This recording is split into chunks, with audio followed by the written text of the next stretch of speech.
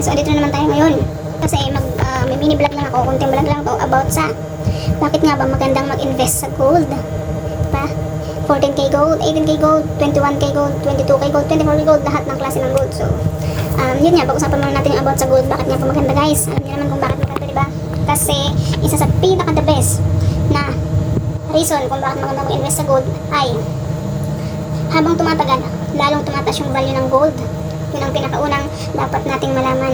Kasi, the more na nag-i-invest ka sa gold, parang yung pera mo is lumalago talaga. Ganun.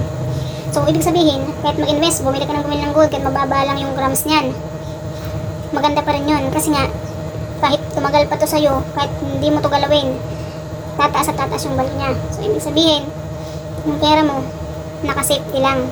In case nakakailanganin mo yung pera, so yung gold na sa'yo. Ganun yung ka-importante, yung gold, kung bakit dapat mo nang kahiligan na bumili ng gold ngayon. Pero kung wala ka naman pambili at di mo naman afford talaga, so pwede ka naman magpakunti-kunti kahit maliit na halaga. Hindi naman kailangan yung mabibigat na grams ang bibilhin mo, diba? Kahit maliliit lang yan, okay lang yan kasi pag mas marami yan, mas mabigat yan pag pinagsama-sama, diba? Gano'n naman. Kasi alam niyo mga kabikol, yung pera kasi natin, pag nakatanggal lang yan sa bangko, diba? Yung naramihan na reason na pag yan sa bangko lang, interest lang yan, siguro mga 1% interest. Hindi talaga siya lalago pag nasa bangko lang. Pero kung i-invest mo siya sa gold, or sa, kung di ka man mahilig sa gold, pwede mo naman i-invest sa mga small business. Sabi nga ni Chinkipon, diba? Mga small business pwede. Pero kung you love gold talaga, simulan mo na talaga. Or kung hindi ka man mahilig sa gold, kahiligan mo na ngayon. Kaya umpisan mo na maging kahiligan yan kasi yan ang magpapalago ng pera mo habang tumatagal sa mga darating na henerasyon na mamanay ng mga nununuan pa. Basta ingatan mo, hindi mawawala. Ganun, pati ang pera mo, hindi mawawala.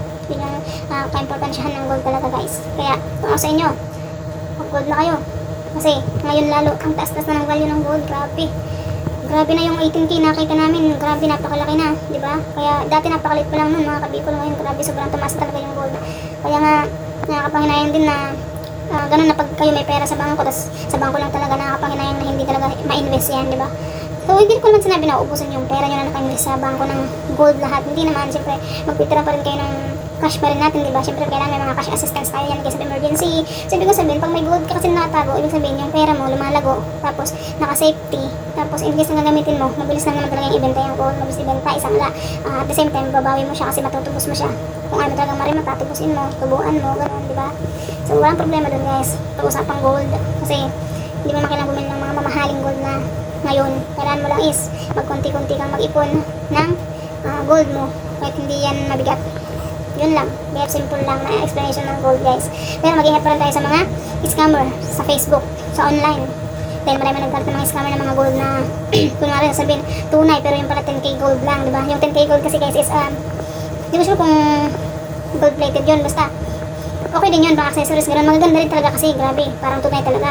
Pero kumbaga, gold yun, 10k gold yun, pero hindi nga lang talaga siya nasasanga lang. Alam ko kasi pag 14k medyo mababang grams na yun, so much better pagka 18k talaga, guys, kasi sure talaga yun, diba? Yung 14k okay lang din kaso medyo mababa lang talaga yung grams niya.